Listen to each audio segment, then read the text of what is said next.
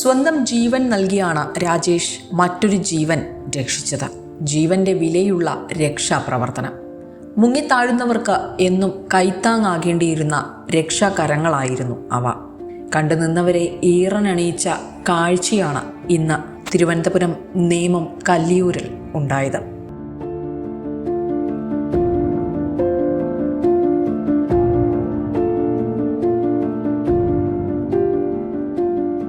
കണ്ണൂരിലെ ദുരന്തമുഖത്ത് മറ്റൊരാളുടെ ജീവൻ രക്ഷിക്കാൻ സ്വന്തം ജീവൻ ബലികൊടുത്ത തിരുവനന്തപുരം നേമം കല്ലിയൂർ സ്വദേശിയായ രാജേഷിന് കണ്ണീരോടെയാണ് നാട് വിട നൽകിയത്.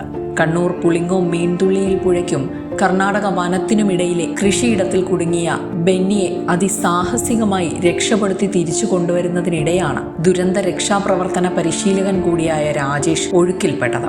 വനത്തിൽ ഉരുൾപൊട്ടിയ വിവരം അറിഞ്ഞ് കൃഷിയിടത്തിലെത്തിയ ബെന്നി മലവെള്ളപ്പാച്ചിലിൽ അകപ്പെട്ടു പോവുകയായിരുന്നു. വെള്ളം കഴുത്തൊപ്പം ഉയർന്നതോടെ തെങ്ങിൽ പിടിച്ചു നിന്ന ബെന്നിയെ രക്ഷിക്കാൻ രാജേഷും സഹപ്രവർത്തകരും ഉടൻ തന്നെ ദൗത്യത്തിനിറങ്ങി. തെങ്ങിൽ വടം കെട്ടി ബെന്നിയെ സുരക്ഷിതനാക്കി കരയ്ക്കെത്തിക്കുകയും ചെയ്തു.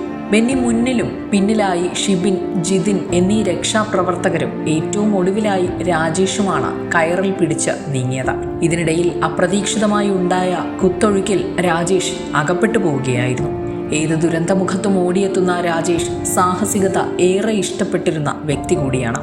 അഡ്വഞ്ചർ ഡിസാസ്റ്റർ സൊസൈറ്റിയിലെ അംഗമായ അദ്ദേഹം 1 മാസം മുൻപാണ് പരിശീലകനായി കണ്ണൂരിലെത്തിയത്.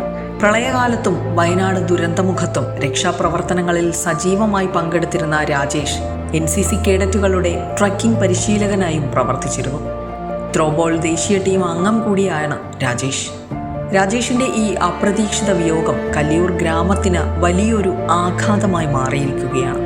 2 വർഷം മുൻപാണ് രാജേഷിന്റെ ഇളയ സഹോദരൻ രഞ്ജിത്ത് ട്രെയിനിൽ നിന്നും വീണ് മരണപ്പെട്ടത്. ആ ദുരന്തത്തിന്റെ ആഘാതത്തിൽ നിന്ന് കരകയറും മുൻപാണ് രക്ഷിതാക്കളെയും കുടുംബത്തെയും കണ്ണീരിലാഴ്ത്തി രാജേഷിന്റെ വേർപാട്. രാജശേഖരൻ, ഗീതാ ദമ്പതികളുടെ മകനാണ് രാജേഷ്. ഭാര്യ ഷാഫിയ, മക്കൾ ആർഷൻ, അഭിഷേക് എന്നിവർ ഈ ദുഃഖം താങ്ങാനാകാതെ വിതുമ്പുകയാണ്. പിഞ്ചുമക്കളെയും കുടുംബത്തെയും തനിച്ചാക്കി മറ്റുള്ളവരുടെ ജീവൻ കാക്കാനായി സ്വന്തം ജീവൻ സമർപ്പിച്ച രാജേഷിന്റെ ഓർമ്മകൾക്ക് മുന്നിൽ നാടൊന്നാകെ പ്രണാമം അർപ്പിക്കുകയാണ്.